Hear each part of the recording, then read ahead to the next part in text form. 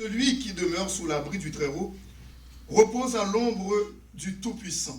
Je dis à l'Éternel, mon refuge et ma forteresse, mon Dieu en qui je me confie. Au verset 3, il dit, car c'est lui qui te délivre du filet de l'oiseleur, de la peste et de ses ravages. Il te couvrira de ses plumes et tu trouveras un refuge sous ses ailes.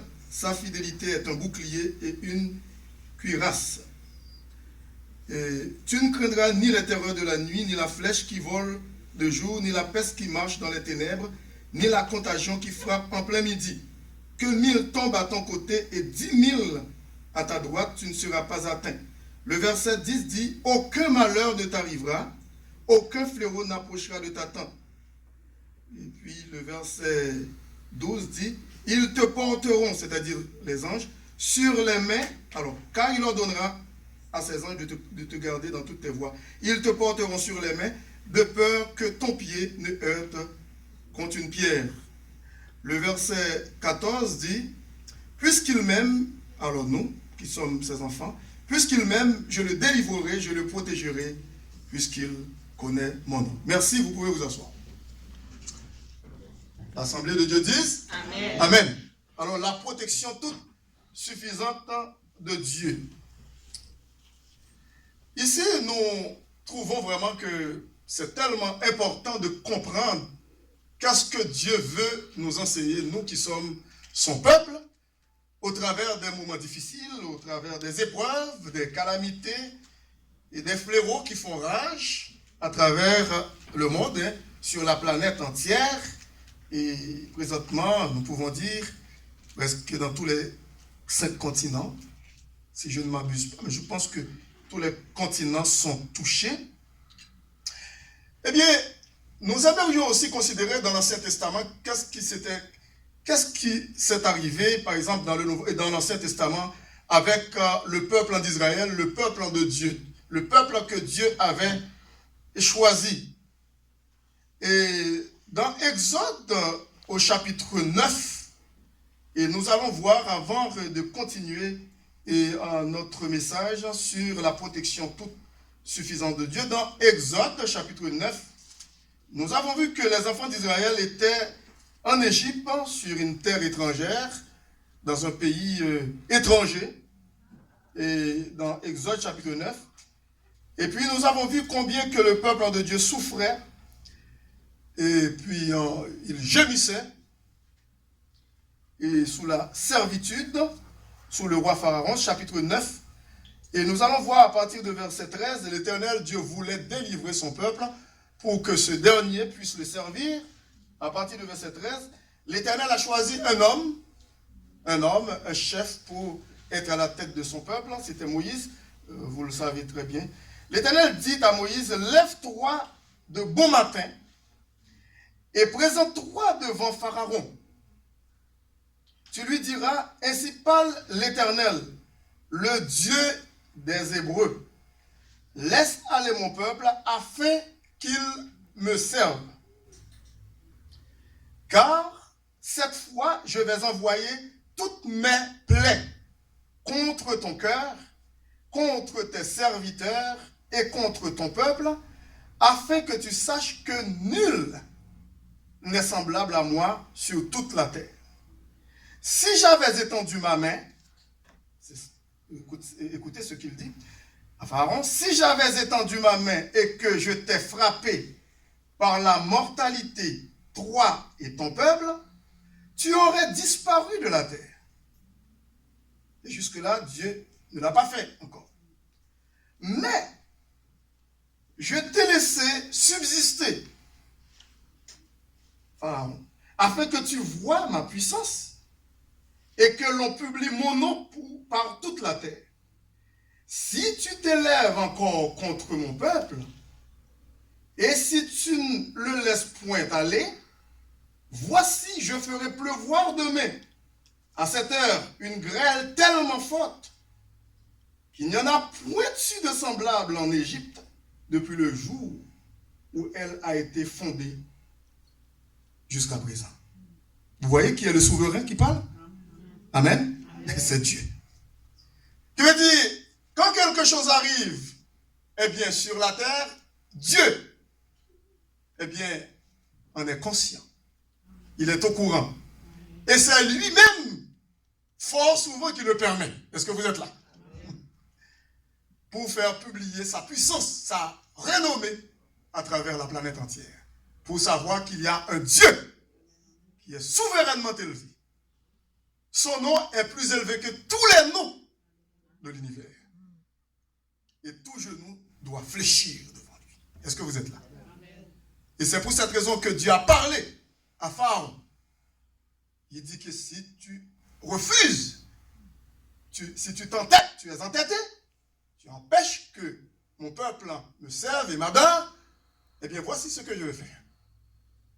Tu ne pourras pas subsister devant moi. Bon.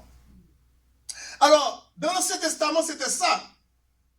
Eh bien, qu'on a vu avec le peuple d'Israël. Vous savez bien que le fait que nous sommes à l'approche du temps, nous sommes dans les derniers temps, il y a des choses plus terribles qui vont arriver. Il faut toujours mettre ça en tête. Il ne faut pas commencer par paniquer devant ça parce que c'est comme une poussière devant ce qui va nous attendre plus tard.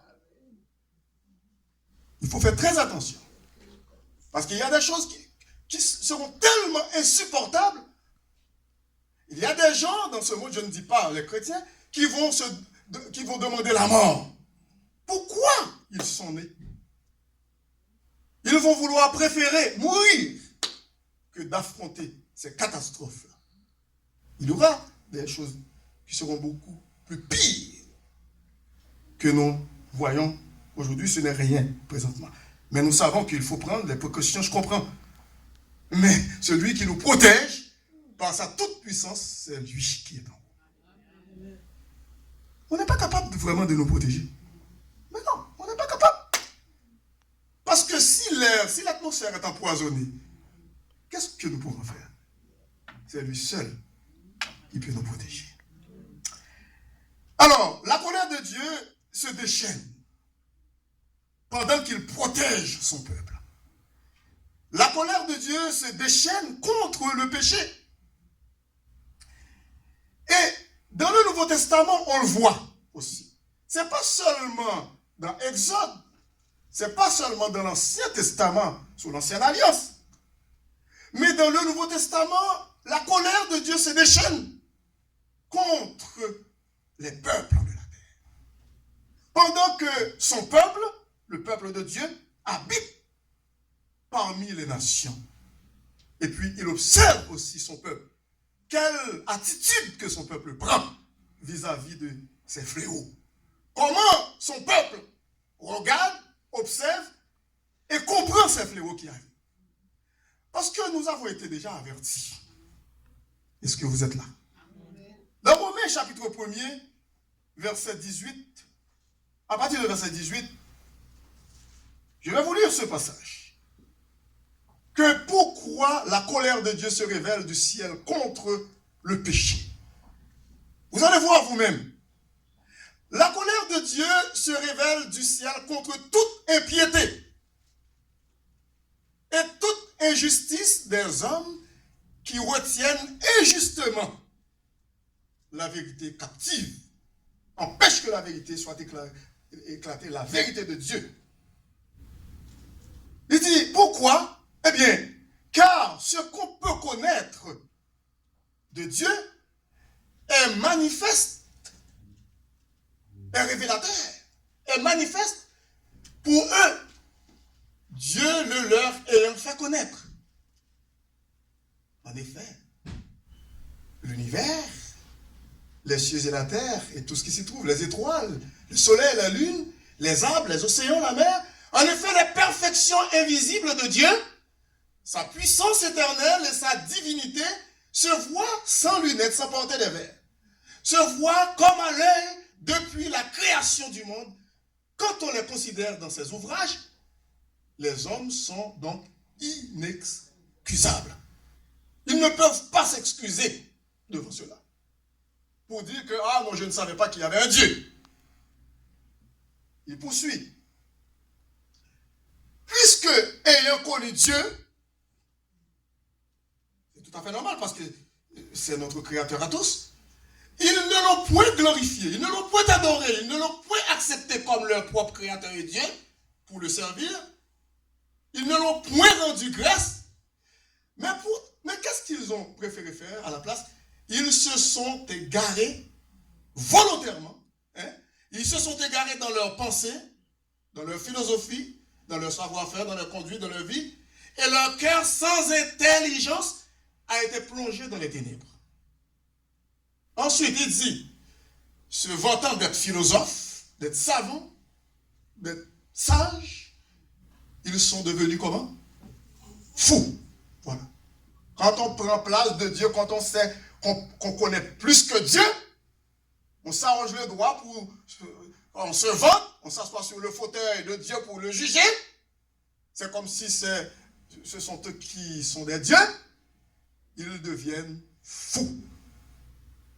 Commence à divaguer, à parler, à dire n'importe quoi. Ensuite, il dit, et ils ont changé la gloire du Dieu incorruptible, glorieux, en image représentant l'homme corruptible, des oiseaux, des quadrupèdes et des reptiles. Ensuite, il dit, c'est pourquoi Dieu les a livrés à l'impureté selon les convoitises de leur cœur, en sorte qu'ils déshonorent eux-mêmes leur propre corps. Comment ils font ça? Eh bien, eux qui ont changé la vérité de Dieu en mensonge et qui ont adoré et servi la créature, présentement, on est en train d'adorer les vedettes. Ce sont mes idoles. Telle personne, c'est mon idole. Tel artiste, telle vedette, ou Léon, ce sont mes idoles. Eh bien, ils ont changé la vérité de Dieu en mensonge et qui ont adoré et servi la créature au lieu du Créateur qui est béni éternellement. Amen. Ben, qu'est-ce que Dieu va faire en cette circonstance? Eh bien, il dit, c'est pourquoi Dieu les a livrés à des passions infâmes. Car les femmes ont changé leur usage naturel en celui qui est contre nature, l'homosexualité, lesbienne. Elles ont changé leur tête. Et puis ensuite, et même les hommes de leur côté, les garçons, abandonnant l'usage naturel de la femme pour se marier avec des femmes, se sont enflammés dans leurs désirs les uns pour les autres. Au lieu de se marier avec des femmes, se marier avec des hommes, les hommes et les hommes. Commettant homme avec homme des choses infâmes, abominables, et recevant en eux-mêmes le salaire que méritait leur égarement. Et puis, ensuite, qu'est-ce qu'il dit?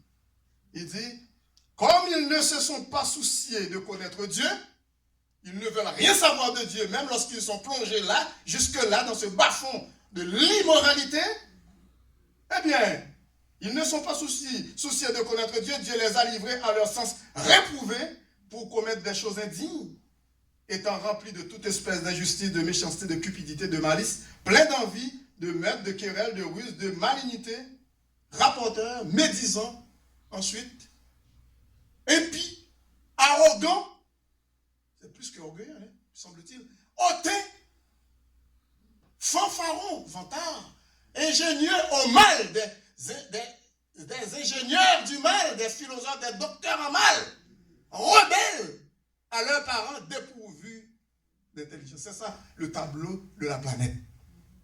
Quand on regarde à la télévision, dans les médias, c'est ça qu'on voit. Alors la colère de Dieu se révèle contre toute impiété.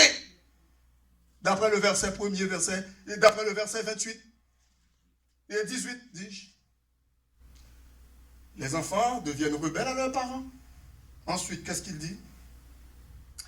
Il dit de loyauté, d'affection naturelle, pas d'affection naturelle, de miséricorde. Les parents qui tuent leurs enfants, les enfants qui tuent leurs parents, les maris qui tuent leurs épouses et les épouses de même. Finalement, la planète entière est remplie de péchés, comme à l'époque de Noé. Il a poussé Dieu à demander à Noé et aussi sa famille de construire une arche pour préserver la race humaine au milieu de la méchanceté du péché de l'homme,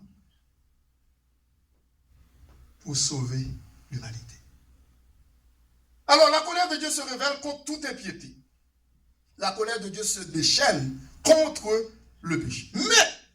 Mais, cela ne s'arrête pas. Ce n'est pas un point final.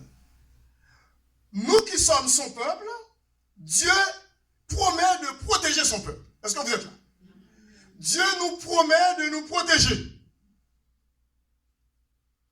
Dans Exode chapitre 12, lorsque nous retournons dans l'Ancien Testament, dans Exode chapitre 12, regardez ce que Dieu nous promet. Parce qu'il est fidèle, il sait que son peuple est là, il vit parmi les nations. Exode chapitre 12, lorsque nous regardons le verset 12, il dit à Moïse les instructions, les consignes à suivre pour son peuple qui doit quitter la terre d'Égypte. Cette nuit-là, je passerai dans le pays d'Égypte et je frapperai tous les premiers-nés du pays d'Égypte, depuis les hommes jusqu'aux animaux, et j'exercerai des jugements contre tous les dieux de l'Égypte. Je suis l'Éternel. Le sang vous servira de signe sur les maisons. À quoi représente le sang? Eh bien, finalement, c'est le sang de Jésus. C'est le symbolisme. Quelques millénaires après, qui va couler à flot pour l'humanité. Pour tous ceux et celles qui acceptent Jésus-Christ. Le sang vous servira de signe sur les maisons. Et il faut savoir, nous les enfants de Dieu, nous sommes protégés, couverts par le sang de Jésus. Amen. Oui. Nous n'avons rien à craindre. Parce que nous sommes couverts par le sang précieux de Jésus-Christ. Parce que son sang encore a toujours de la valeur jusqu'à ce que nous serons dans le ciel. Amen. Le sang vous servira de signe. C'est un signe pour vous. Le signe que je suis avec vous. Sur les maisons où vous serez. Parce que vous allez passer le sang sur les linteaux de porte, les poteaux. Je verrai le sang, mon signe en vous. Et s'il y a quelqu'un qui n'est pas encore couvert par le sang de Christ, vous n'êtes pas là-dedans. C'est le temps de le faire. Je verrai le sang et je passerai par-dessus tout. Passerai veut dire Pâques. Pécha qui signifie Pâques, la Pâque. D'où vient le mot Pâques? Passer par-dessus. Des maisons des enfants d'Israël, du peuple de Dieu, pour aller frapper les gens qui n'ont pas Jésus-Christ, qui ne sont pas couverts par le sang. Je passerai par-dessus vous. Et il n'y aura point de plaie qui vous détruise quand je frapperai le pays d'Égypte. Est-ce que vous êtes là? Pas de plaie qui vous détruise, vous le peuple de Dieu. Mais cependant, troisième chose à considérer en tant que peuple de Dieu. Si nous arrivons à être frappés, ce n'est pas impossible. Parce qu'il y a des enfants de Dieu qui peuvent connaître ces plaies-là, qui peuvent être frappés par ces plaies-là, par ces fléaux qui frappent le monde. Oui, ça peut arriver. Dieu peut le permettre. Mais qu'est-ce qu'il dit? Il dit, si nous sommes frappés en tant qu'enfants de Dieu, il nous promet de nous guérir. Vous vous souvenez que Job a été frappé dans son intégrité? Ce n'est pas parce qu'il était pécheur.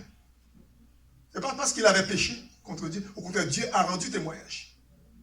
Mais Dieu voulait faire manifester sa gloire pour que Satan puisse voir qu'il peut accepter, ordonner que son enfant soit frappé de la tête aux pieds et puis pour prouver qu'il est capable de le guérir. Est-ce que vous êtes là? Lorsque vous regardez dans Job 5, à partir de verset 17, il dit, Job 5, à partir de verset 17, heureux l'homme que Dieu châtie. Ne méprise pas la correction du Tout-Puissant. L'Hébreu aussi, l'Épître aux Hébreux le dit. Il dit, il fait la plaie et il la bande. Il blesse et sa main guérit. Mais oui, amen. Et puis le verset 19, qu'est-ce qu'il dit? 6 fois il te délivrera. 6 fois il te délivrera de l'angoisse. Et 7 fois le chiffre de la perfection, le mal ne t'atteindra pas. Est-ce que vous êtes là? Amen. Même s'il y a 7 fléaux qui arrivent mais il va nous protéger. Vous savez bien que nous sommes au milieu des nations. Nous devons avoir un bon témoignage. Parce que nous sommes la lumière du monde et le sel de la terre. Et pendant que Dieu frappe, nous devons intercéder pour les nations. Est-ce que vous êtes là? Parce que nous savons que Dieu nous protège. Mais nous avons besoin que Dieu protège aussi les gens, nos voisins. Le peuple au milieu duquel nous vivons. Amen. Les autres peuples sur la terre. Et c'est pour cette raison que Dieu dit dans 2 Chroniques 7, 14. Si mon peuple sur qui est invoqué mon nom. Regardez dans 2 Chroniques, chapitre 7, verset 14. Vous connaissez bien ce passage. 2 Chroniques. Il dit, c'est déjà sur l'écran. Si mon peuple sur qui est invoqué mon nom, la première chose que mon peuple fait pendant que j'envoie des fléaux sur la terre, qu'est-ce que mon peuple doit faire? S'humilier. C'est la première chose, quel que soit l'endroit où nous sommes sur la planète, en Amérique, en Europe, en Asie, en Afrique, en Océanie, parce que l'Église de Jésus-Christ est universelle partout sur la planète, au milieu des nations. Nous devons intercéder aussi pour les nations, parce que nous les prêchons l'évangile. Est-ce que nous n'aimerions pas qu'ils soient avec nous dans la gloire un jour? Eh bien, c'est pour cela que nous devons apprendre à intercéder en leur faveur. Si mon peuple sur qui est invoqué mon nom s'humilie, prie et cherche ma face au milieu de ces fléaux qui arrivent, qui frappent le monde. Et s'il se détourne parce que son peuple peut aussi pécher, il y a des chrétiens, des enfants de Dieu qui pêchent, vous et moi, il nous arrive parfois à broncher. Et cherche ma face, et s'il se détourne de ces mauvaises voies, Dieu promet de l'exaucer des cieux. Exaucer son peuple des cieux. Est-ce que vous êtes là? Et puis, Dieu nous permet de nous pardonner nos péchés. Et aussi, Dieu nous permet de guérir quoi?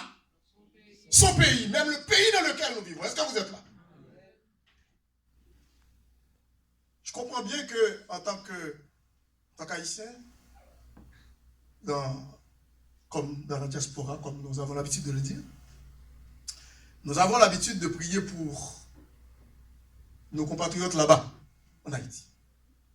Mais est-ce que aussi nous prions pour les gens parmi lesquels nous vivons ici, dans la diaspora?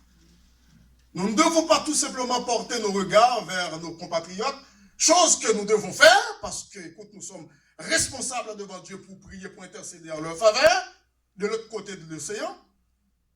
Mais nous devons aussi prier pour les gens qui nous accueillent, qui nous donnent l'hospitalité. Est-ce que vous êtes là? Amen. Priez pour les Québécois, priez pour les Canadiens, priez pour le gouvernement fédéral, provincial et municipal, c'est 3 paliers. Priez pour le Premier ministre du Canada, actuellement priez pour son épouse, qui a été touché aussi par ce virus. Priez pour tous les gens. Priez pour les policiers. Les policiers, est-ce que vous êtes là? Amen. Amen. Les pompiers qui font de grands travail.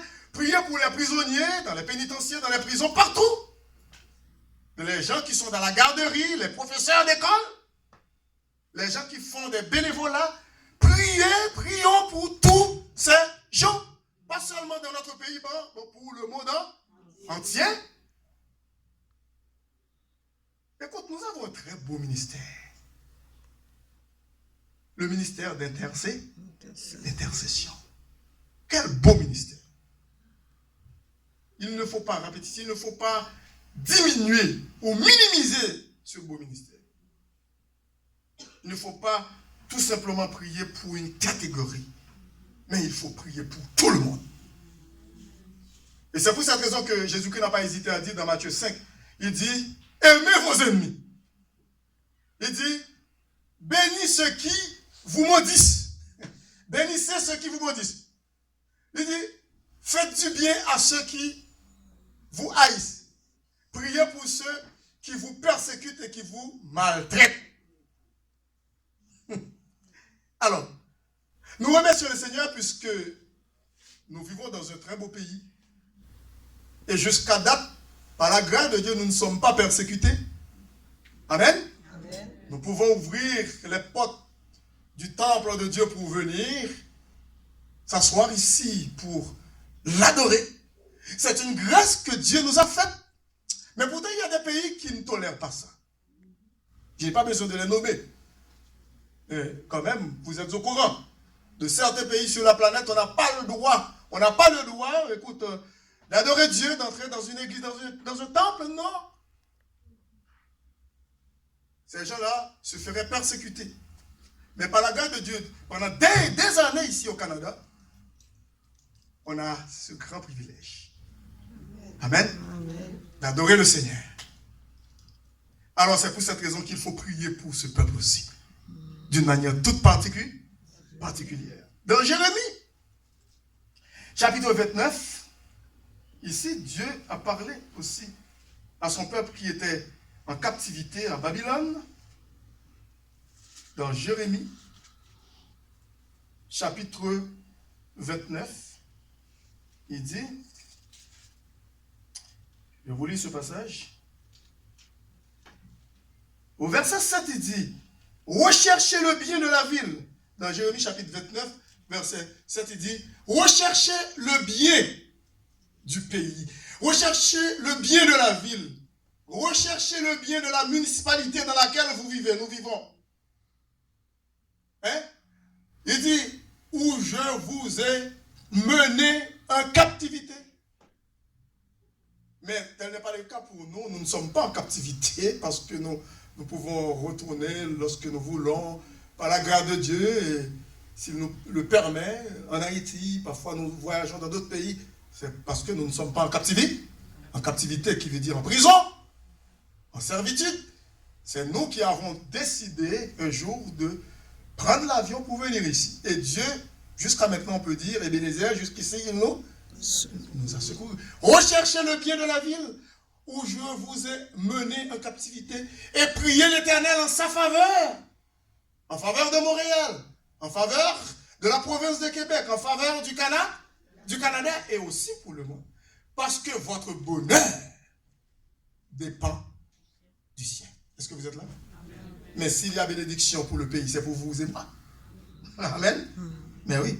Alors Dieu promet non seulement d'intervenir en notre faveur, en tant que son peuple, au milieu de ces calamités, des fléaux qui s'abattent dans le monde, on pourrait nommer plaies aussi, comme à l'époque des pharaons.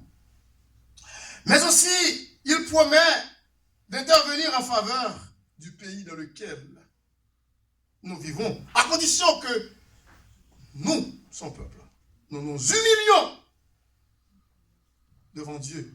Nous cherchons sa face. Nous l'évoquons. Au lieu de prendre panique comme les gens, comme les autres personnes qui ne connaissent pas Dieu, je ne pense pas que c'est la bonne attitude d'adopter comme les païens. Parce que, écoutez, je vais vous dire quelque chose. Lorsque vous êtes paniqué auprès de quelqu'un qui ne connaît pas Dieu, il vous regarde. C'est pas un bon témoin? C'est pas un bon témoignage. Peut-être vous allez bien vouloir lui prêcher après, puis il va dire, mais écoute, pourtant c'est moi qui vous soutenais la fois passée. J'essayais de vous fortifier, de vous encourager, et de ne pas vous laisser abattre. Et puis vous êtes venu me prêcher. Écoute, pourtant j'étais plus fort que vous. Mon moral était plus fort, solide. C'est une honte. C'est pas un bon témoignage. Lorsque vous êtes à votre emploi, dans votre travail, vous êtes à l'école, maintenant les gens sont en congé peut-être forcé. Mais il faut adopté la bonne attitude pour faire comprendre que vous avez un Dieu. Amen. Il est souverain. Il est tout puissant.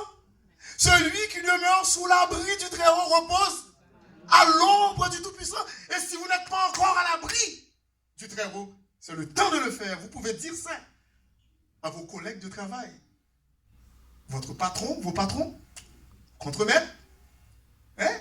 À l'hôpital où vous êtes, Je ne dis pas qu'il faut les déranger à tout bout de champ lorsqu'ils travaillent, mais essayez de trouver un moyen dans leur pause de les évangéliser.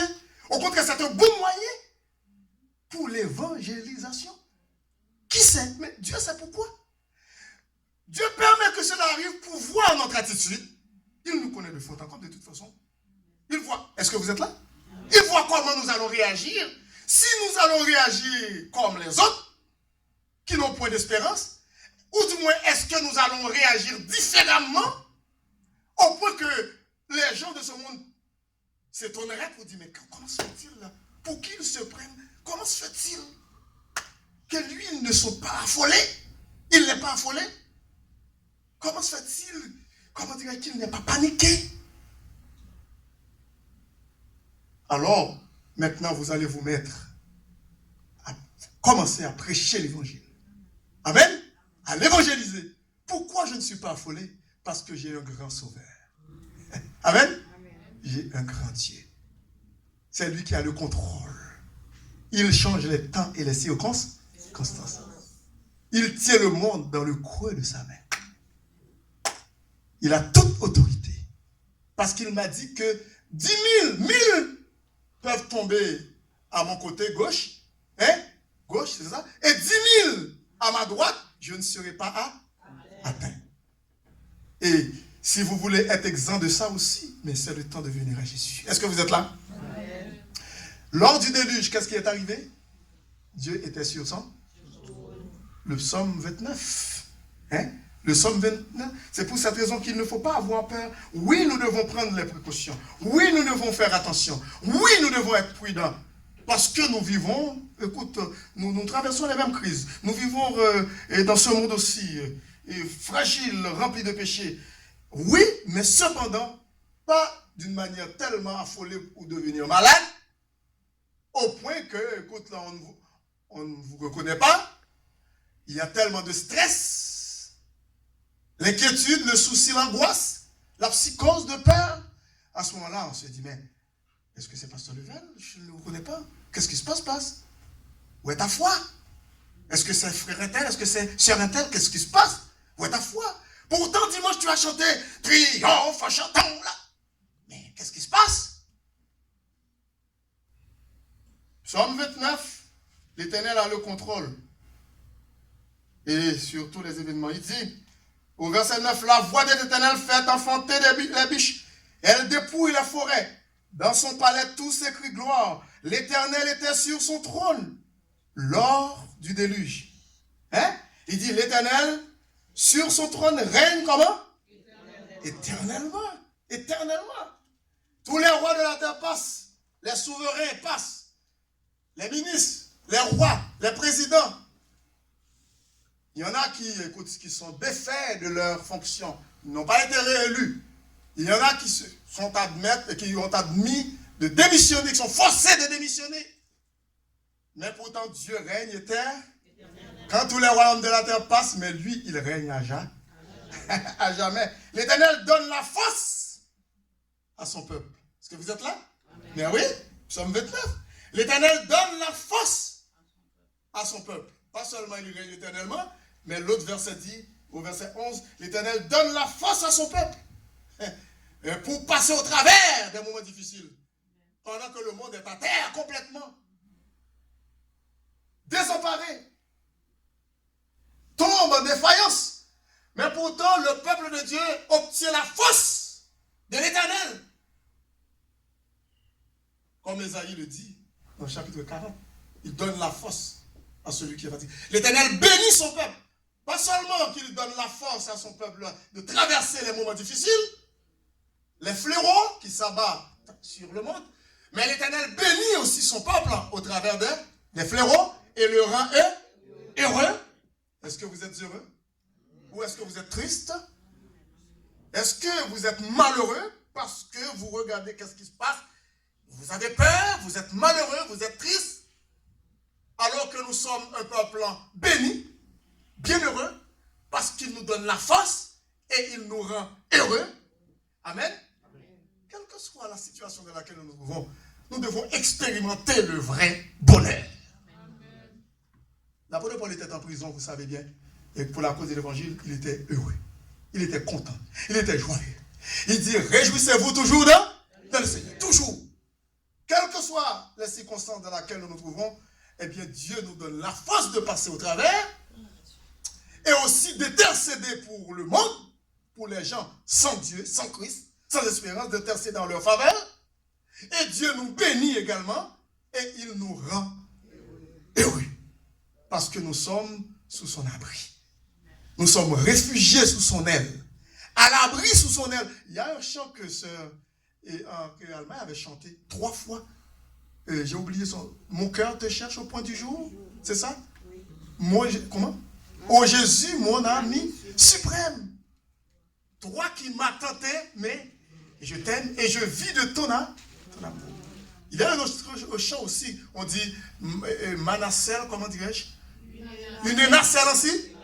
Vogue sur un lac d'azur. Ensuite, tout doucement, elle avance sous un ciel tranquille et pur. Et soudain, qu'est-ce qui arrive? Le vent commence à souffler fort. Pendant que la barque va bien doucement, tranquillement, sous un ciel tranquille et pur, limpide. Et puis, tout d'un coup, les moments difficiles arrivent. Qui dirait que 3e mois de l'année 2020, les gens seraient confinés chez eux? Il y aura des consignes. Et même les chrétiens ne sont pas échappés pour donner des salutations. On essaie d'inventer toutes sortes de moyens pour ne pas toucher. Puis, nos frères et sœurs, par les coudes, les pieds. Est-ce que c'était comme ça la Bible avait dit? Cela veut nous faire comprendre que nous sommes dans les derniers temps. Ce n'est pas le temps pour penser à l'accolade encore. Où est l'accolade? C'est parti. Qu'est-ce qui se passe? Comme dit l'apôtre Paul, saluez-vous par un saint baiser avec des accolades. Mais, où sont-elles ces accolades-là? On les a oubliées, on a toutes. C'est volé en fumée, parce que un fléau arrive. Je ne suis pas en train de minimiser ce qui arrive, mais il y aura des choses beaucoup plus pires qui arriveront. Qu'est-ce qu'on va faire? Finalement, ce ne sera plus avec les coudes, mais c'est plus à distance. Ah, pasteur, comment ça va? Ah, mon frère, ma soeur. On est là, on est là. C'est dans la porte en arrière que je vais saluer.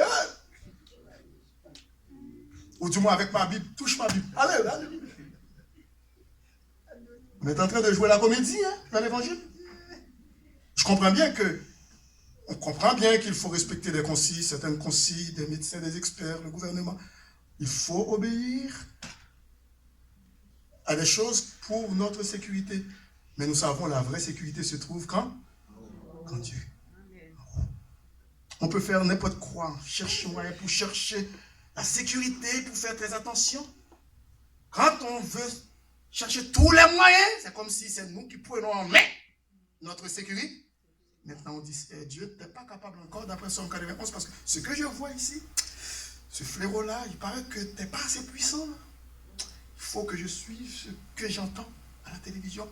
Je commence à prendre mes propres moyens, prendre ma responsabilité pour ma propre sécurité. Et puis Dieu nous observe comme les autres.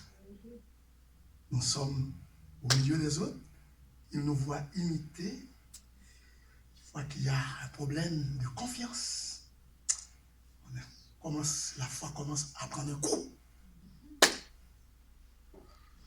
Devant ces problèmes-là, on commence à être inquiet. On a oublié le psaume 91. Celui qui demeure sous l'abri du Très-Haut repose à l'ombre du Tout-Puissant. Avant de terminer, je vais relire encore psaume 91. Je ne dis pas qu'il ne faut pas prendre précaution, c'est pas ça que je veux dire. Mais il ne faut pas être trop malade. Il ne faut pas faut pas affoler. Ce que nous ne pouvons pas faire, il ne faut pas être malade avec ça. Celui qui demeure sous la